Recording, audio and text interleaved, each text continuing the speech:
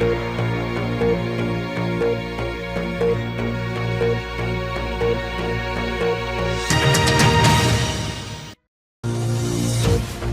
হচ্ছে আওয়ামী লীগ, জালে জড়াচ্ছেন ইউনূস, আসন্ন নির্বাচনে নতুন জোটের গন্ধ।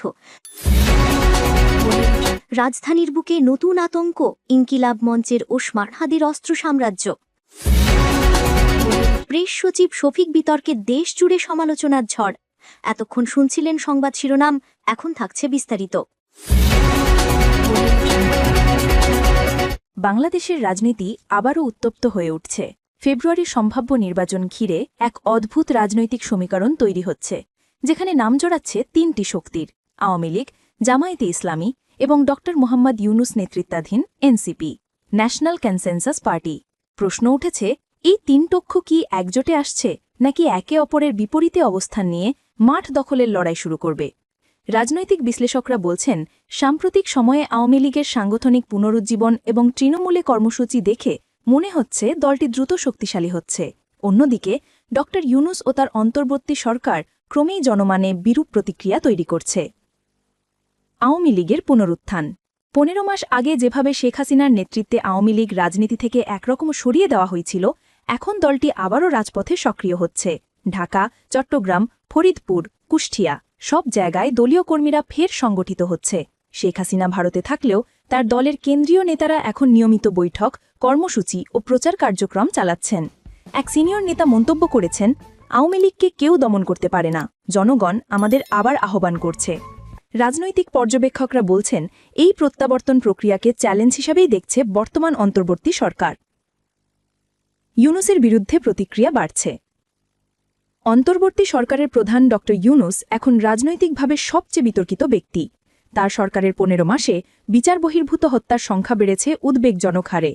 মানবাধিকার সংগঠন অধিকারের সর্বশেষ প্রতিবেদন অনুযায়ী গত এক বছরে 40 জন মানুষ গুলিতে নিহত হয়েছেন। এর মধ্যে অন্তত 25 জন মারা গেছেন সরাসরি বাহিনীর গুলিতে, আর 150 জন গণপিটুনিতে প্রাণ হারিয়েছেন। মোট রাজনৈতিক সহিংসতায় নিহত হয়েছেন 281 জন। প্রতিবেদনে বলা হয়েছে, নিহতদের অধিকাংশই ছিলেন বিরোধী রাজনৈতিক দলের কর্মী বা সমর্থক। সবচেয়ে উদ্বেগের বিষয়, এই সময়ের মধ্যে অন্তত 5 জনের লাশ কবর থেকে তুলে প্রমাণ গায়েব করার চেষ্টা করা হয়েছে। অধিকারের প্রতিবেদন নিয়ে নতুন বিতর্ক। এই প্রতিবেদন প্রকাশে আসার পর শুরু হয়েছে নতুন বিতর্ক, কারণ অধিকারের চেয়ারম্যান আজিজুর রহমান বর্তমানে অন্তর্বর্তী সরকারেরই শিল্প উপদেষ্টা হিসেবে দায়িত্ব পালন করছেন।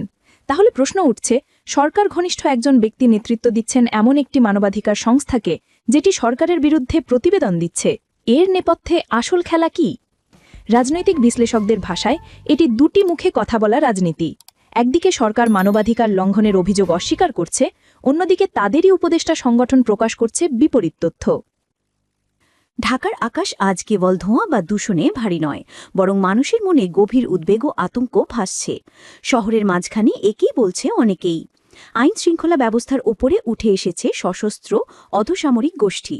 সূত্র, ভিডিও ক্লিপ ও স্থানীয়দের সাক্ষ্য অনুযায়ী কথিত ইনকিলাব মঞ্চের একজন পরিচিত নেতা শরীফ ওসমান এবং ওসমান হাদিকে কেন্দ্র করে এমনই অভিযোগ উঠেছে যে তার অনুসারীর একটি সশস্ত্র বাহিনী রাজধানীর রাস্তায় দাপিয়ে বেড়াচ্ছে, ফুটপাত দখল করছে এবং চাঁদা তুলছে। তবে এই সবই অভিযোগ এবং স্থানীয় সূত্রের বিবৃতি হিসেবেই রিপোর্ট করা হচ্ছে।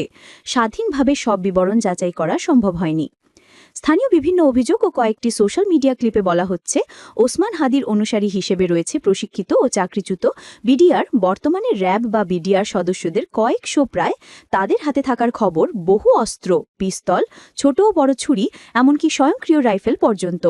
ফুটপাত দখল, অবৈধ পার্কিং, বাজারে চাঁদাবাজি ও জমি দখল, এইসব কথা স্থানীয় ব্যবসায়ী ও পথচারীদের মুখে শোনা যায়। তারা দাবি করেন, দেনার কথা না মানলে হামলা, মামলা বা গুমের হুমকিও মিলেছে। শহরের অনেক এলাকায় দর্শনীয় অর্থনৈতিক লেনদেনও হচ্ছে। অর্থ উঠে আসছে ফুটপাত, অবৈধ পার্কিং ও বাজার দখলের ফলে। প্রতিদিন সাধারণ মানুষকে গড়ে 50-200 টাকা পর্যন্ত চাঁদা দিতে হচ্ছে বলছেন তারা। এই বিবরণগুলো অভিযোগ, স্থানীয়দের কথা, নিরপেক্ষভাবে যাচাই করা হয়নি। প্রশাসন ও পুলিশ কেন নীরব? নয়া প্রশ্ন। সবচেয়ে ভয়াবহ অংশটি হল, এই ধরনের গুরুতর অভিযোগের পরও স্থানীয় পর্যায়ে আইন শৃঙ্খলা বাহিনী কার্যকর পদক্ষেপ নেওয়ার কথা কেন দেখা যাচ্ছে না? কিছু এলাকায় এমন খবরও পাওয়া যায় যে প্রভাবশালী ব্যক্তি কিংবা আইন শৃঙ্খলা বাহিনীর একটি অংশ ওই গোষ্ঠীকে নিরাপত্তা বা সুনির্দিষ্ট কার্যক্রমে সহায়তা করছে, যদিও এ ধরনের দাবিও এখনও স্বাধীনভাবে প্রমাণিত নয়। সরকারি স্টেটমেন্ট বা পুলিশের অফিসিয়াল প্রাথমিক প্রতিক্রিয়া এখনও পাওয়া যায়নি, অথবা প্রতিক্রিয়ার সময় সন্ধানযোগ্য হয়নি। আইন শৃঙ্খলা বাহিনীর নীরবতা যদি সত্যি বিস্তৃত হয়, তবে সেটি কেবল অপরাধ নয়, রাষ্ট্রীয় দুর্বলতার একটি গম্ভীর সংকেত। কি বলছে গণমাধ্যম ও পরিচিতি? ওসমান হাদি কে? ইনকেলাব মঞ্চকে নিয়ে গণমাধ্যম ও অনলাইন প্ল্যাটফর্মগুলোতে শরীফ ওসমান বিন হাদির নামের বহু আড্ডা, বক্তৃতা ও সংবাদ ক্লিপ দেখা যায়। তিনি প্রতিষ্ঠিত একটি সর্বগ্রামিক আন্দোলনের মুখপত্র হিসেবে পরিচিত। ডাইনামিক কথাবার্তা ও আন্দোলন আকর্ষণ করতে সক্ষম হওয়ার কারণে তিনি আলোচনায় থাকেন। সংবাদসূত্র ও ভিডিও ক্লিপে তার বক্তব্য এবং ইনকেলাব মঞ্চের অ্যাক্টিভিটি দেখা যায়। ঢাকা ট্রিবিউন। এটা অত্যন্ত গুরুত্বপূর্ণ। গণমাধ্যম এবং সোশ্যাল মিডিয়ায় ছড়ানো অস্ত্র মালিকানার ছবি, তালিকা বা নির্দিষ্ট অভিযুক্ত ব্যক্তিদের নাম পরিচয় নিয়ে নির্ভুল ও সরকারি দৌতবাসিক তথ্য এখনও অনুপস্থিত। তাই এই প্রতিবেদনে সরাসরি কারোর বিরুদ্ধে অপরাধী হিসেবে ঘোষণা করা হচ্ছে না, পরিবর্তে উচ্চমাত্রার অভিযোগ, জনমানসিকতা ও তদন্ত দাবি তোলা হচ্ছে। সশস্ত্র গোষ্ঠীর অস্তিত্ব ও কার্যক্রমের অভিযোগ, ফুটপাত দখল, চাঁদাবাজি, অবৈধ অর্থনৈতিক নিয়ন্ত্রণ, অভিযোগ স্থানীয় সূত্র। চাকরিচ্যুত প্রশিক্ষিত সদস্যের পুনর্গঠন সম্ভাবনা, উদ্বেগ বেকার ও প্রশিক্ষিত প্রাক্তন বাহিনী সদস্য অপরাধে জড়াচ্ছে। প্রতিষ্ঠানগত নীরবতা, আইন শৃঙ্খলা বাহিনীর অনুপস্থিতি বা সম্ভাব্য অংশীদারিত্ব সম্পর্কে প্রশ্ন।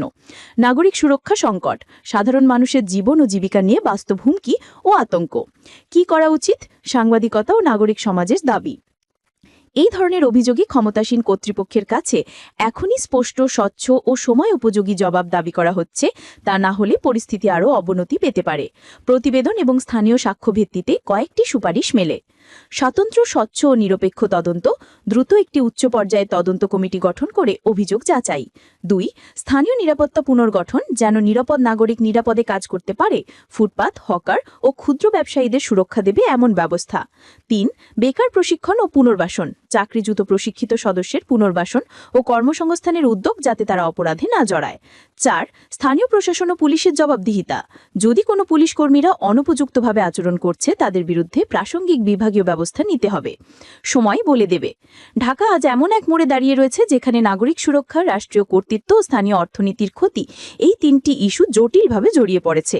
যদি আইন শৃঙ্খলা ও প্রশাসন দ্রুত, নিরপেক্ষ ও দৃশ্যমান পদক্ষেপ না নেয়, তাহলে ওই গোষ্ঠী বা অনুরূপ কোনো গোষ্ঠী শহরকে কবরের মতো নীরব করে দিতে পারে, যেখানে পরিচালনা করবে অপরাধ ও ভয়।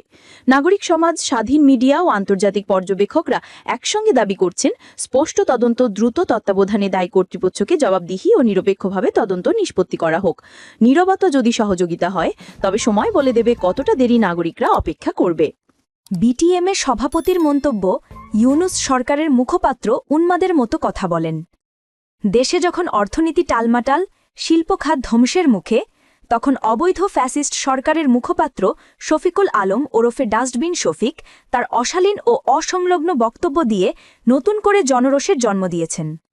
বাংলাদেশ টেক্সটাইল মিলস অ্যাসোসিয়েশনের বিটিএমের সভাপতি শওকত আজিজ রাসেল সরাসরি মন্তব্য করেছেন, ইউনূস সরকারের এই প্রেস সচিব উন্মাদের মতো কথা বলেন, তার ভাষায় শালীনতা বা দায়িত্ববোধের কোনো চিহ্ন নেই। দেশের রপ্তানি খাত এখন ভয়াবহ সংকটে। গার্মেন্টস শিল্পে অর্ডার কমে গেছে, টেক্সটাইল খাতে উৎপাদন কমেছে প্রায় 30%। এ অবস্থায় ব্যবসায়ীরা সরকারের কাছে স্থিতিশীল নীতি, ডলার সংকট নিরসন এবং আমদানি সহজীকরণের দাবি জানাচ্ছেন।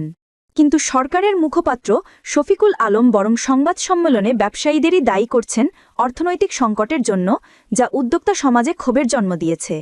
বিটিএমের সভাপতি শওকত আজিজ রাসেল বলেন, সরকারের একজন মুখপাত্র যদি ব্যবসায়ীদের প্রতি অবমাননাকর ভাষায় কথা বলেন, তাহলে সেটি কেবল দায়িত্বজ্ঞানহীনতা নয়, এটি রাষ্ট্রের প্রতি অশ্রদ্ধা।